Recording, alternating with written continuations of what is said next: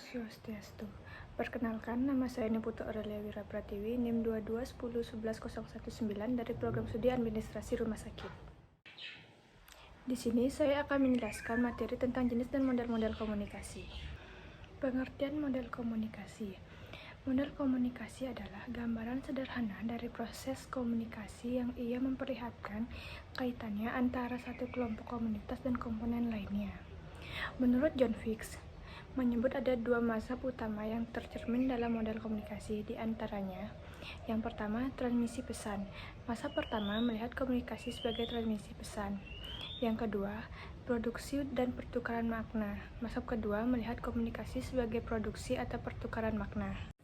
Fungsi dan model komunikasi. Menurut Gordon Wiseman dan Larry Barker mengemukakan 3 model komunikasi. Yang pertama, melukiskan progres komunikasi. Yang kedua, menunjukkan hubungan visual. Yang ketiga, membantu dalam menemukan dan memperbaiki kemacetan komunikasi. Ada 4 fungsi komunikasi mengutip dari buku pengantar ilmu komunikasi Sasa Sejaja Juarsa, yaitu yang pertama, mengorganisasikan. Artinya, model membantu kita mengorganisasikan suatu hal dengan cara mengurut-urutkan serta mengaitkan suatu bagian sistem dengan bagian atau sistem lainnya sehingga kita memperoleh gambaran yang menyeluruh dan tidak sepotong-potong. Yang kedua, heuristik. Artinya, nilai model kita akan dapat mengetahui suatu hal secara keseluruhan. Yang ketiga, predictive model, membantu kita dalam menjelaskan tentang suatu hal melalui penyajian informasi yang sederhana. Tanpa model, informasi tentang suatu hal akan tampak rumit atau tidak jelas. Yang keempat, pengukuran melalui model, kita dapat memperkaitkan tentang hasil atau akibat yang akan dicapai. Oleh karena itu, dalam dunia ilmiah, model ini sangat penting, karena dapat digunakan sebagai dasar bagi para peneliti dalam merumuskan hipotesis, yaitu pernyataan-pernyataan yang berisikan penjelasan mengenai kemungkinan adanya hubungan sebab akibat antara suatu faktor dan faktor lainnya. Jenis model komunikasi. Jenis model komunikasi dibagi menjadi 3. Yang pertama, model komunikasi linear. Model ini menggambarkan komunikasi langsung secara satu arah. Yang kedua, model komunikasi transaksional. Model komunikasi yang menekankan akan pentingnya peranan pengirim pesan dan menerima pesan dalam proses komunikasi yang berlangsung dua arah. Yang ketiga, model komunikasi interaksional menggambarkan komunikasi langsung dua arah. Umumnya, model interaksional ini digunakan dalam media baru seperti internet atau komunikasi modern. Bentuk model komunikasi. Yang pertama, ada model komunikasi Aristoteles.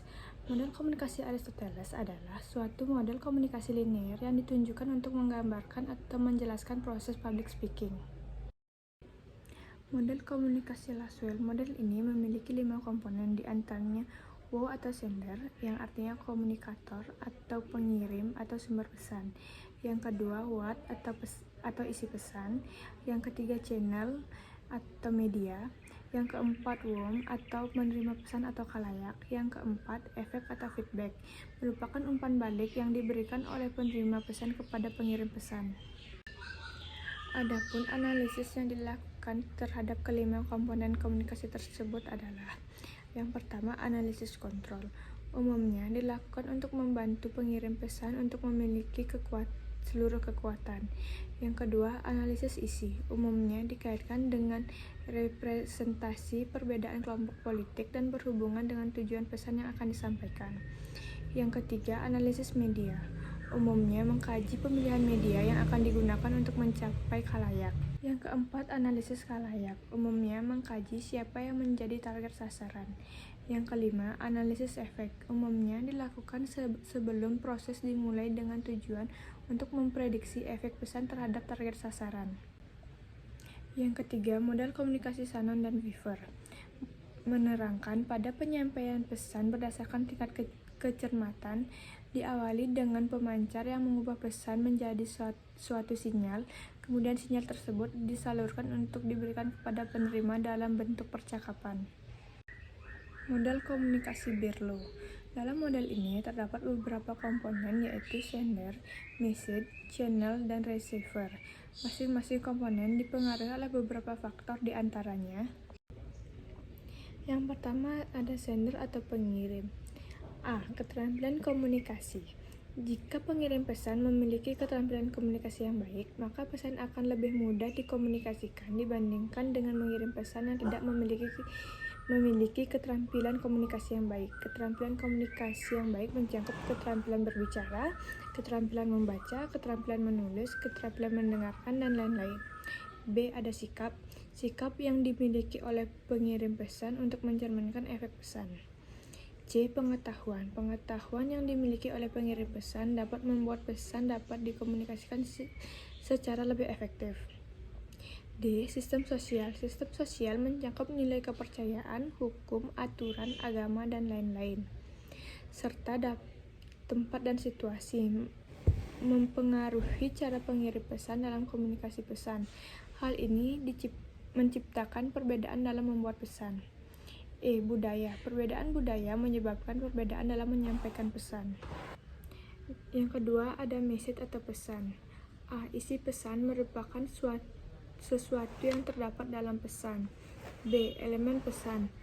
Elemen pesan merupakan hal yang berkaitan dengan pesan nonverbal yang melekat dalam isi seperti gestur, tanda, bahasa sebagai alat komunikasi, dan lain-lain. C. Perlakuan. Cara pesan dikirimkan kepada penerima pesan yang menimbulkan efek berupa umpan balik yang diberikan kepada penerima pesan. D. Struktur pesan. Pola pembentukan pesan dapat mempengaruhi efektivitas pesan. Yang ketiga, channel atau media. A. Mendengar. Pesan yang diterima melalui indera pendengaran.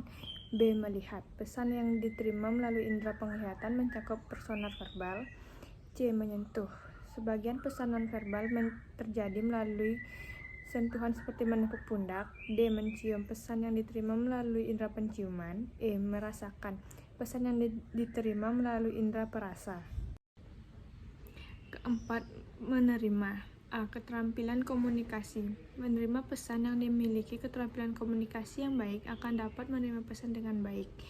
B. Sikap yang dimiliki oleh penerima pesan untuk menerima pesan. C. Pengetahuan yang dimiliki oleh penerima pesan dapat membuat pesan mudah diterima dengan baik oleh penerima pesan. D. Sistem sosial mempengaruhi cara menerima pesan yang menyebabkan perbedaan dalam menerima pesan. E. Budaya. Perbedaan budaya dapat menyebabkan perbedaan dalam menerima pesan.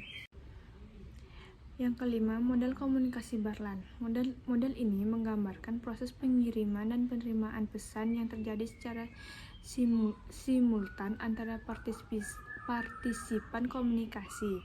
Model komunikasi Barlan dikenal dengan nama model komunikasi transaksional Barlan. Model ini merupakan respon terhadap model komunikasi linear yang bersifat statis ke model komunikasi yang bersifat dinamis dan model komunikasi dua arah.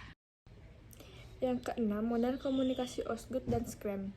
Menurut model ini, masing-masing pelaku komunikasi akan terlibat dalam proses pembentukan pesan, penafsiran pesan, serta pengiriman dan pemecahan kode pesan. Yang ketujuh, model SNR. Model komunikasi paling dasar. Sebagai pertukaran atau pemindahan informasi atau gagasan, komunikasi dianggap sebagai suatu proses aksi dan reaksi yang sangat sederhana. Ketika saya tersenyum pada Anda membalas senyuman saya. Itulah model SNR.